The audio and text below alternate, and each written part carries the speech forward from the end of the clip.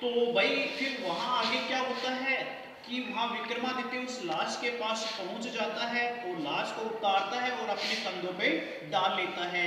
अब देखो जी लाश है, जैसे ही उसको कंधे पे डालता है और धीरे धीरे दोनों आपस में चलते हैं तो वो लाश बोलती है कह हे राजन, रास्ता बहुत लंबा पड़ा है तो हम कुछ ना कुछ थोड़ी बहुत ही बात कर ले।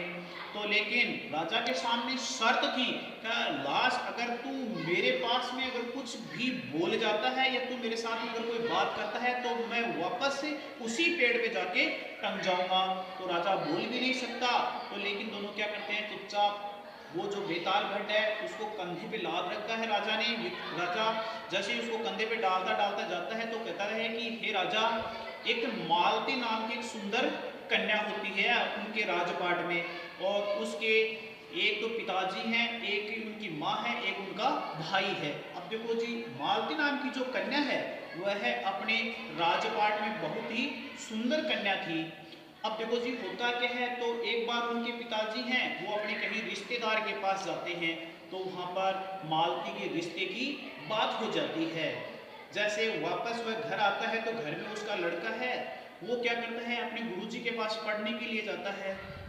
तो गुरुजी कहता है कि हे बच्चे, तुम्हारी बहन है अब वो विवाह की योग्य हो गई है, आप एक काम कीजिए उसकी शादी है हमारी एक जो यहाँ पर चेला आता है मेरा या अपना विद्यार्थी है उसके साथ कर दे। तो उसका भाई है उसके लिए वो हाँ कर देता है अपनी बहन के लिए।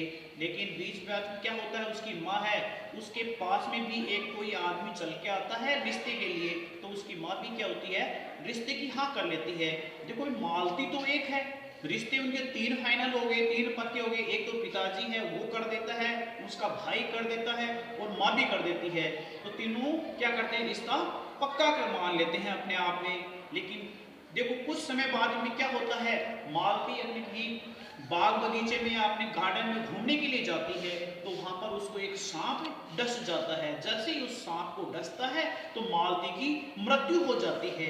अब देखो जी मालती की मृत्यु हो जाती है तो तीन उसके जो रिश्ते आए थे वो तीनों के तीनों बड़े दुखी हो जाते हैं।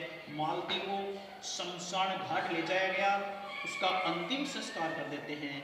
अब भाई अंतिम संस्कार होने के बाद और भी जो लोग आए थे उसके अंतिम संस्कार में वो तो चले जाते हैं, जो जिनके तीन रिश्ते वाले लोग थे वो वही जो तीनों वही रुक जाते हैं। एक तो क्या करता है मालती की जो हड्डियां होती है उनको इकट्ठी कर लेता है, दूसरा क्या करता है जो बची कुची राख थी उसको इकट्ठी कर लेता है। लेकिन जिसके साथ तीसरा जो रिश्ता पक्का हुआ था उन्होंने कहा कि भाई हमारा तो संसार ही लुट गया, हम तो यहाँ से जाने वाले हैं। तो एक तो चला जाता है लेकिन दो वहीं के वहीं रुके रहते हैं, वो अपनी जगह नहीं छोड़ते हैं। जो रास्ता में जो एक जो संसार वो कहता है कि मैं छोड़ के जा रहा हूँ इस संसार में मेरा कोई नहीं है, वो क्या करता है चला जाता है और यहाँ चलते चलते एक गांव में पहुंच जाता है। जहां पर एक गांव में पहुंचने के बाद एक माँ है अपने छोटे से बच्चा है उसको खाना खिलाती है, लेकिन बीच बीच में क्या होता है बच्चा रोना शुरू कर देता है। जब वो बच्चा रोता है तो माँ क्या करती है उसको उठाकर अग्नि में डाल देती है। अब देखो जी अग्नि में डालने के बाद बच्चे की क्या हो जाती है वो जल जाता है, मृत्यु हो जाती है। तो वही उस कंडीशन को जब वो तीसरा जो मालती के साथ रिश्ता फाइनल हुआ था पक्का हुआ था वो आदमी उसको देखता है तो वो माँ क्या करती है अपने घर के अंदर से एक किताब लाती है और किताब में कुछ वचनों को पढ़ती है। अब देखो जी होता क्या उन वचनों को पढ़ने के बाद वह बच्चा जिंदा हो जाता है। तो मालती के जो तीसरा जो भाग्य आया था कि इस संसार में मेरा कोई नहीं, वो सोचता है कि ये किताब अगर मेरे को हाथ लग जाए तो क्या पता मैं मालती को वापस जिंदा कर सकता हूँ। अब देखो जी वह अपनी किताब को लिए लिए भागे भागे शमशान घाट पहुंच जाता है। अब भाई शमशान घाट पहुंचने के बाद उन दोनों को देखता है, एक तो हड्डी लिए बैठा है दूसरा राख लिए बैठा है। तो वह कहता है कि भाई मेरे पास मालती को जिंदा करने का एक बहुत बड़ा मंत्र मिल गया और मैं मालती को जिंदा कर सकता हूँ। तो बोले भाई बहुत अच्छी बात है, तुम मालती को जिंदा कर दे। तो वो क्या करता है अपनी उस जो किताब है उस किताब में से वह मंत्र पढ़ता है और मालती जिंदा हो जाती है। अब देखो जी होता क्या है, वह कहानी बेताल भट्ट कह रहा है किसको, विक्रमादित्य को। बेताल भट्ट मृत्यु हो चुकी है, वो एक लाश के रूप में है, लेकिन रास्ते में दोनों बात करते हैं। तो कहता है कि हे राजा, तू राजा है ये तू बताएगा कि अब मालती पर तीनों आपस में लड़ना शुरू कर दिए कि मालती क्या हुआ है, मंत्र बोलने वाला मैं करूंगा, और जो आदमी हड्डी लिए बैठा था वो कहता है मैं करूंगा, और जो राख लिए बैठा है वो कहता है मैं करूंगा। अब राजा तू बता मालती का जो असली हकदार कौन है। तो भाई विक्रमादित्य के सामने सबसे बड़ी चुनौती आ गई कि अगर मैं बोल जाऊंगा तो ये जो मैं कंधे पे लाश उठा के लाया हूँ ये टंग जाएगी, और अगर मैं इसका सही नहीं जवाब दूंगा तो ये बेताल भट्ट मुझे मार देगा। बेताल भट्ट ने कहा कि तुझे प्रश्न का उत्तर आता है तो तुझे उत्तर देना ही पड़ेगा, नहीं तो मैं तुझे मार दूंगा। तो कहता है कि उसका उत्तर मेरे तो दिमाग में आता हुआ कहता है कि हाँ मैं इस बात को मानता हूं कि जिन्होंने मंत्र पढ़ा है वो क्या है, इसको जिंदा कर देता है, इसको इस संसार में ले आता है, वो तो एक पिता के समान हो गया। दूसरा, जिन्होंने हड्डियां ले रखी है, वह जो हड्डियां ले रखी है वो क्या है, हड्डियां लेना एक पुत्र का काम होता है, तो जिन्होंने ये हड्डियां इकट्ठी कर रखी है वो तो बेटा हो गया।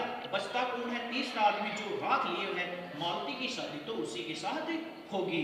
तो भाई तो कहता है कि राजा मैंने तुझे कहा था कि तू मेरे साथ बिल्कुल बात नहीं करेगा, अगर तू मेरी हाँ में हाँ भी बोल जाता है तो क्या होती, वो लाश है वो वापस उसी पेड़ पर टक जाती है। तो वही रास्ते में लाश, जिस बेताल भट्ट की जो लाश थी उन्होंने कंधे पे टांग रखी थी, वो वापस उसी पेड़ पे जाके लटक जाती है।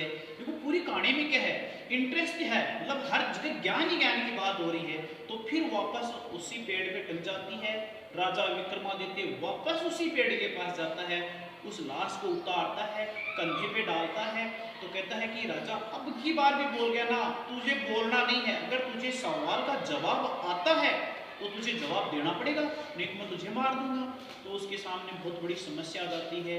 पेड़ पे वापस लाश को उतारता है, वापस टांगता है कंधे पे और फिर रास्ते में चलता है। तो बेताल भट्ट कहता है कि हे राजन, रास्ता बहुत लंबा पड़ा है, हम थोड़ी सी कुछ ना कुछ बातें कर लेते हैं। तो वह वापस अपनी कहानी के नाम शुरू कर देता है। तो वह कहता है कि एक बार एक कोई राज्य था, तो उस राज्य में क्या है, एक मदनी नाम की एक बहुत सुंदर कन्या थी। अब देखो जी, वह कन्या सुंदर होने के नाते उसके पास में ही एक धर्मदत्त नाम का आदमी है।